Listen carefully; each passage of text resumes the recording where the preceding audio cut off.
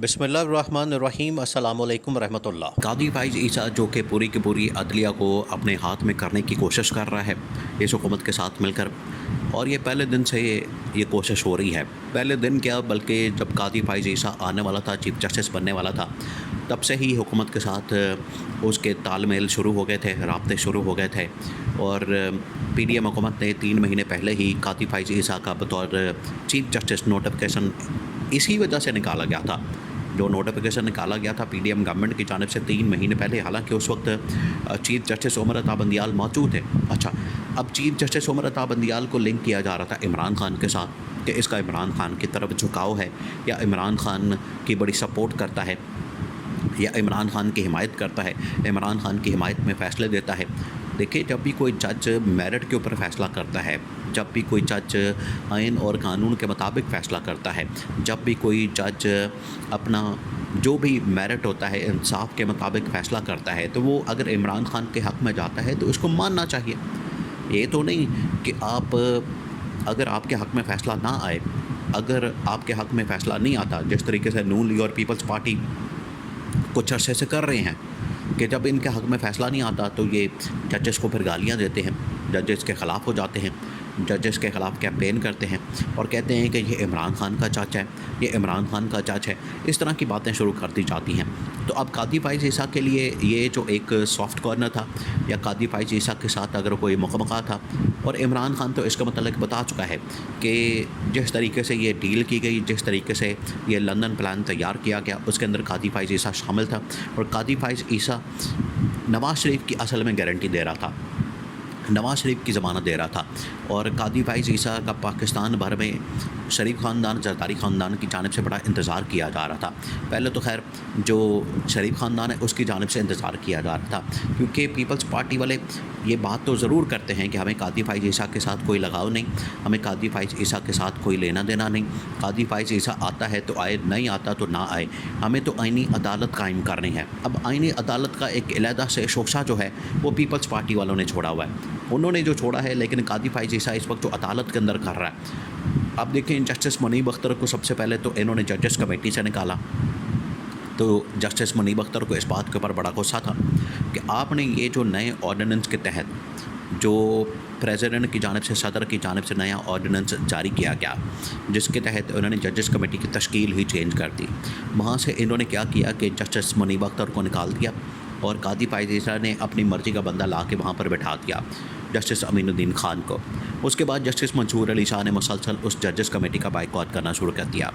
अब जिस दिन से ये जजेस कमेटी बनी है, जिसके अंदर सिर्फ 2 लोग हैं, आइनी तौर पर, कानूनी तौर पर जजेस कमेटी 3 लोगों के ऊपर मुश्तमिल होनी चाहिए लाज़मी।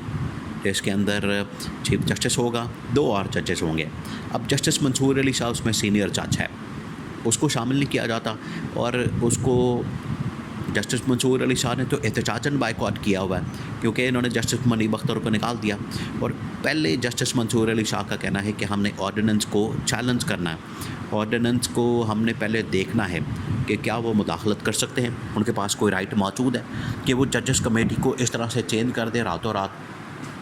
और ये एक साजिश के तहत किया गया, जिसमें कादी फाइज़ ईसा तो बड़ा खुश है। अब जब से ये जजेस कमेटी की तश्कील चेंज की गई है, तो कादी फाइज़ ईसा अपनी मर्ज़ी के बेंच बना रहा है, अपनी मर्ज़ी के लोगों को बैठा रहा है, अपनी मर्ज़ी के बेंच बना के तो वहाँ पर अपनी मर्ज़ी के केसेस लगा रहा है। अब जिस तरह से 63A का केस जो है वो अदालत के अंदर लगा हुआ है, उसमें इमरान खान को भी ब्रीफिंग देने का कहा गया है। नून लीग वाले उसके अंदर भी एक फ़रीक के तौर पर शामिल हैं, पीपल्स पार्टी वाले भी उसके अंदर शामिल हैं। और 63A केस असल में हॉर्स ट्रेडिंग का है, ये लोटा क्रेसी का कानून है। हॉर्स ट्रेडिंग को आप जायज़ करार दे रहे हैं, जिसको कि ये हुकूमत कोई भी काम हो, जो भी इन्होंने गैर आइनी, गैर कानूनी या जो भी 2 नंबर काम है, इसको हलाल करना, इसको जायज़ करना, इसको आइनी करना, कानूनी करना, इसके लिए वो जस्टिस कादी फाइज़ ईसा का सहारा ले रहे हैं। और अब ये जो कानून लगा है, अब ये जो चैलेंज किया गया है, अब ये जो रिव्यू पिटिशन आई है 63A के ऊपर, इसमें जस्टिस मंसूर अली शाह भी नहीं है, इसके अंदर जस्टिस मुनीब अख्तर भी नहीं है, और दोनों जो हैं वो जजेस कमेटी से भी बाहर हैं और बेंचों से भी बाहर कर दिए गए हैं, जिसकी वजह से जस्टिस मंसूर अली शाह और जस्टिस मुनीब अख्तर मुसलसल हर रोज़ ख़त लिख रहे हैं और ख़त लिखकर आगाह कर रहे हैं कि इस किस्म की अदालत, इस किस्म के बेंच, इस किस्म के जजेस, उनके ऊपर कोई ऐसा ज़िम्मेदारी नहीं है, उनके ऊपर कोई ऐसी ज़िम्मेदारी नहीं है आइन और कानून के मुताबिक अपनी मर्ज़ी करते फिरें। उनके पास कोई ऐसा हक़ नहीं है, उनके पास कोई ऐसा राइट नहीं है कि अपनी मर्ज़ी के मुताबिक, अपनी मंशा के मुताबिक या साजिश के तहत वो जजेस को तब्दील करें या पैनल बनाएं, अपनी मर्ज़ी के मुताबिक मामलात को चलाने की कोशिश करें।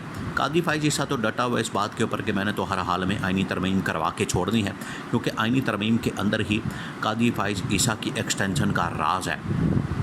और आइनी तरमीम कैसे होनी है? आइनी तरमीम के लिए 2 केसेस का फ़ैसला बड़ा ज़रूरी है, एक 63A का और दूसरा फ़ैसला है मखसूस नशस्तों का। 63A अगर बहाल हो जाता है तो इसका मतलब है कि फिर PTI के बंदे तोड़े जा सकते हैं। ये एक केस है आइनी तरमीम का।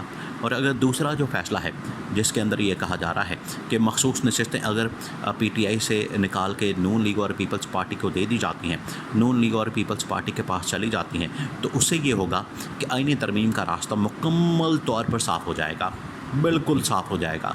उसके अंदर फिर कोई रुकावट रहनी नहीं, उसके अंदर कोई मसला रहना नहीं। तो कादी फ़ाइज़ ईसा उसके ऊपर काम कर रहा है। और उसमें जो रुकावट बन रहे थे वो 2 जजेस खड़े हो गए थे। हालांकि ये टोटल 8 से 10 जजेस हैं सुप्रीम कोर्ट के अंदर, लेकिन कादी फ़ाइज़ ईसा ने बीच में एड हॉक जजेस भी शामिल कर लिए हैं। यानी कोई ऐसा काम नहीं करना जो आइनी हो या कानूनी हो। हर 2 नंबर तरीका वहाँ पर इस्तेमाल किया जा रहा है कि किसी तरह से आइनी तरमीम हो जाए, आइनी तरमीम हो जाए, आइनी तरमीम का रास्ता निकल आए। तो जस्टिस मुनीब अख्तर और जस्टिस मंसूर अली शाह तो डट गए, खड़े हो गए। मसलसल इन्होंने इजलासों का भी बायकॉट किया, जुडिशल कमेटी का भी बायकॉट किया, जजेस कमेटी का भी बायकॉट किया और अब इवन के बेंचों का बायकॉट करना शुरू कर दिया है। और जस्टिस मुनीब अख्तर, जस्टिस मंसूर अली शाह, ये वो वाले केसेस हैं 63A का जिसके अंदर इन लोगों ने फ़ैसला दिया था, ये बेंच के अंदर शामिल थे। अब इनको बेंच से नहीं निकाला जा सकता। ये आइन के अंदर लिखा हुआ है कि जो केस पहले किसी जज ने सुना है, अगर रिव्यू पटिशन आती है तो उस जज का होना बड़ा लाजमी है उस बेंच के अंदर। लेकिन यहाँ से जस्टिस मुनीब अख्तर को भी निकाल दिया गया, जस्टिस मंसूर अली शाह को भी निकाल दिया गया। ये हाल कर दिया है इस अदालत का कादी फ़ाइज़ ईसा ने, जहाँ से जो आइन और कानून के मुताबिक चलने वाले जजेस हैं उनको पकड़ के तो बाहर बिठा दिया गया है। अब वो बायकॉट कर रहे हैं। अब हुकूमत साजिश कर रही है कि इनके ख़िलाफ़ कोई ना कोई रेफरेंस डाला जाए, इनको किसी तरह से अदालतों से निकाला जाए, इनकी छुट्टी करवाई जाए। लेकिन ये 8 से 10 जजेस हैं जिसकी वजह से पूरी अदालत हिल जानी है। पूरा का पूरा जो इनका अदालती निज़ाम है धड़म करके गिर जाएगा अगर ऐसा कुछ किया जाता है।